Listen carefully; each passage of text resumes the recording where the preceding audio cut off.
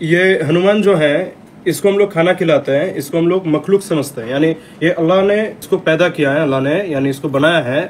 हम लोग इसको ईश्वर नहीं मानते, क्योंकि अब देखिए ये हम इंसान जो है इन लोगों को खाना खिलाते हैं, ये बिल्कुल सही बात है, क्योंकि ये बहुत अच्छा काम है, उसका ध्यान रखना ये बहुत अच्छी बात है। लेकिन मखलूक को खालिक से नहीं मिलाना है।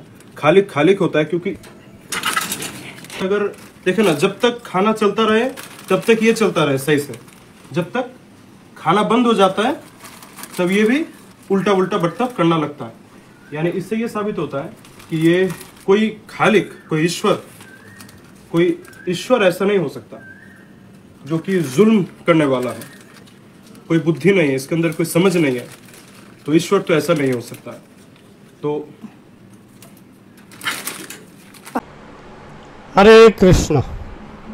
ইব্রাহিম আনসারি ভাই, আপনি একটা হনুমানকে খাওয়াচ্ছেন, খুব ভালো কথা, কিন্তু আপনি হনুমানটাকে বলছেন এটা ঈশ্বর নয়, কিন্তু আপনি কি জানেন না যে এইসব হনুমানকে সনাতন শাস্ত্রে ঈশ্বর বলে স্বীকার করা হয়নি? আপনি হয়তো বলতে পারেন যে আপনাদের তো অনেক হনুমান মন্দির আছে, সেখানে হনুমানের পূজা করা হয়, কিন্তু সেই হনুমান আর আপনি যে হনুমানকে খাওয়াচ্ছেন সেই হনুমান যে এক নয় সেটা আপনি জানেন না, কারণ আপনি সনাতন শাস্ত্র ভালো করে পড়েননি। প্রতিটি মানুষ যেমন প্রধানমন্ত্রী হয় না, বা আরও পরিষ্কার করে আমি যদি বলি যে রাষ্ট্রপতি মনে করুন ডক্টর এপিজি আব্দুল কালাম কিংবা প্রধানমন্ত্রী নরেন্দ্র মোদি, তো এদের প্রত্যেকের বাবা মা আলাদা আলাদা। ঠিক তেমনি যে হনুমানের কথা রামায়ণে লেখা আছে, তার বাবার নাম হচ্ছে পবনদেব। তিনি আমাদের দেবতা, আমরা বলি ডেমিগড, আপনারা যেমন বলেন ফেরেশতা, মুসলমানরা বলে ফেরেশতা। হ্যাঁ, ফেরেশতার সঙ্গে ডেমিগড 16 আনা নাও মিলতে পারে, তাতে কিছু যায় আসে না। প্রভুপাদ বলেছেন যে কোরআন হচ্ছে একটা ছোট ডিকশনারি, পকেট ডিকশনারি, আর সনাতন শাস্ত্র হচ্ছে একটা বড় ডিকশনারি। তো ছোট ডিকশনারির সঙ্গে বড় ডিকশনারির হুবহু মিল নাও পাওয়া যেতে পারে, বড় ডিকশনারিতে একটু বেশি খবর থাকতে পারে। তো যাই হোক, আমাদের হনুমানের বাবার নাম হচ্ছে পবনদেব। তিনি আমাদের একজন ডেমিগড, দেবতা, আপনারা যেমন বলেন ফেরেশতা। আর হনুমানের মার নাম হচ্ছে অঞ্জনা। কখনো কখনো বলা হয় অঞ্জনী বা অঞ্জনা, হনুমানের মার নাম। তো এখানে মার নাম বাবার নাম দিয়ে আইডেন্টিটি কিন্তু করা আছে। এখন কৃষ্ণ নামে অনেকেই আছে, কিন্তু মার নাম বাবার নাম যদি না মিলে তাহলে বুঝতে হবে লোকটা আলাদা। যেমন আমাদের কৃষ্ণ, যাকে আমরা ভগবান বলি, এই সংসারে তিনি দেবকী এবং বসুদেবকে তিনি পিতারূপে গ্রহণ করেছিলেন এবং দেবকীকে মাতারূপে গ্রহণ করেছিলেন। পরবর্তীকালে তিনি নন্দ মহারাজকে পালক পিতা এবং যশোদা মাকে তিনি পালক মাতা হিসাবে গ্রহণ করেছিলেন। তো এটা হচ্ছে কৃষ্ণের একটা আইডেন্টিটি এই সংসারে। ঠিক তেমনি আপনি যখন বলবেন হনুমান, যে কোনো গাছের বানর বা যে কোনো গাছের হনুমানকে আমরা হনুমান, যে হনুমানের পূজা হয় সেই হনুমান যে কোনো গাছের হনুমান নয়, তার বাবার নাম মার নাম মিলতে হবে। তো যে হনুমানের পূজা হয় সে হনুমানের বাবার নাম হচ্ছে পবনদেব, যিনি একজন দেবতা, বাতাস নিয়ন্ত্রণ করেন। যে দেবতা বাতাস নিয়ন্ত্রণ করেন তার নাম হচ্ছে পবনদেব। সনাতন শাস্ত্রে এইভাবে উল্লেখ আছে।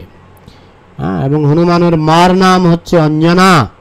সুতরাং রাস্তার একটা হনুমানকে ধরে নিয়ে এলেই সেই হনুমান আর এই হনুমান এক নয়। যে কোনো মানুষ নরেন্দ্র মোদী নয়, যে কোনো মানুষ ডক্টর এপিজি আব্দুল কালাম নয়, গাছের যে কোনো হনুমান সনাতন ধর্ম অবলম্বীদের আরাধ্য হনুমান নয়, সেটা আপনাকে প্রথমে বুঝতে হবে। আমাদের সনাতন শাস্ত্রে হনুমানকে কখনো ঈশ্বর বলা হয়নি। হনুমানকে বলা হয়েছে ঈশ্বরের বান্দা, ঈশ্বরের দাস, রামদাস। রামচন্দ্রকে বলা হয়েছে ঈশ্বর, পরমেশ্বর, ভগবান।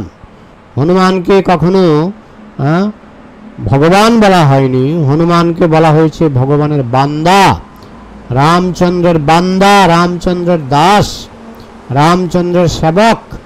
এইভাবে হনুমানের পরিচয় দেওয়া হয়েছে, তাকে কখনো ঈশ্বর বলে পরিচয় দেওয়া হয়নি।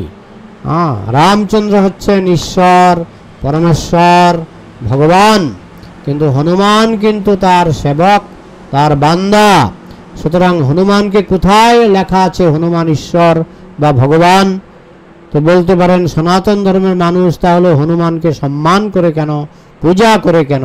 কারণ আমাদের সনাতন ধর্মে ভগবান বলেছেন, আমার থেকে আমার ভক্ত বড়, আমার থেকে আমার ভক্ত বড়।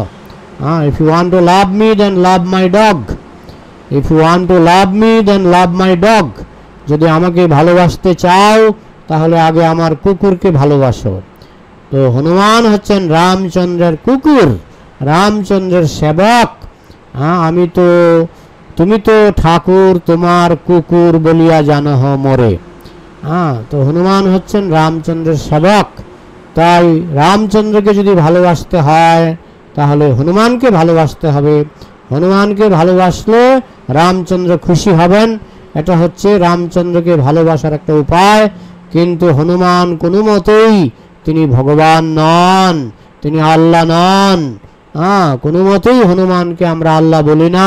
কিন্তু আপনি ভালো করে সনাতন শাস্ত্র না বুঝেই একটা জঙ্গলের একটা হনুমানকে ধরে কিছুটা আপনি খাওয়ালেন, ভালো কথা, কিন্তু সেটা ঈশ্বর নয় জেনে রাখুন। সনাতন ধর্ম ভালো করে বুঝতে হবে। যে হনুমানের পূজা হয় তিনি হচ্ছেন রাম ভক্ত, তিনি সাধারণ হনুমান নন, তিনি কথা বলতে পারতেন, তিনি ফেরেশতা, দেবতা, আপনারা যাই যে ভাষাতেই বলুন না কেন। তো হনুমান কোনো সাধারণ ব্যক্তি ছিলেন না, তিনি ছিলেন একজন সংস্কৃত পণ্ডিত, তিনি ছিলেন একজন সংস্কৃত পণ্ডিত এবং তিনি ছিলেন পরম রাম ভক্ত। তার বাবা মার নাম পৃথকভাবে আমাদের রামায়ণে উল্লেখ আছে। সুতরাং তাকে যে কোনো হনুমানের সঙ্গে গুলিয়ে ফেলবেন না, যে কোনো মানুষকে এপিজে আব্দুল কালাম বানিয়ে ফেলবেন না, যে কোনো মানুষকে নরেন্দ্র মোদী বানিয়ে ফেলবেন না।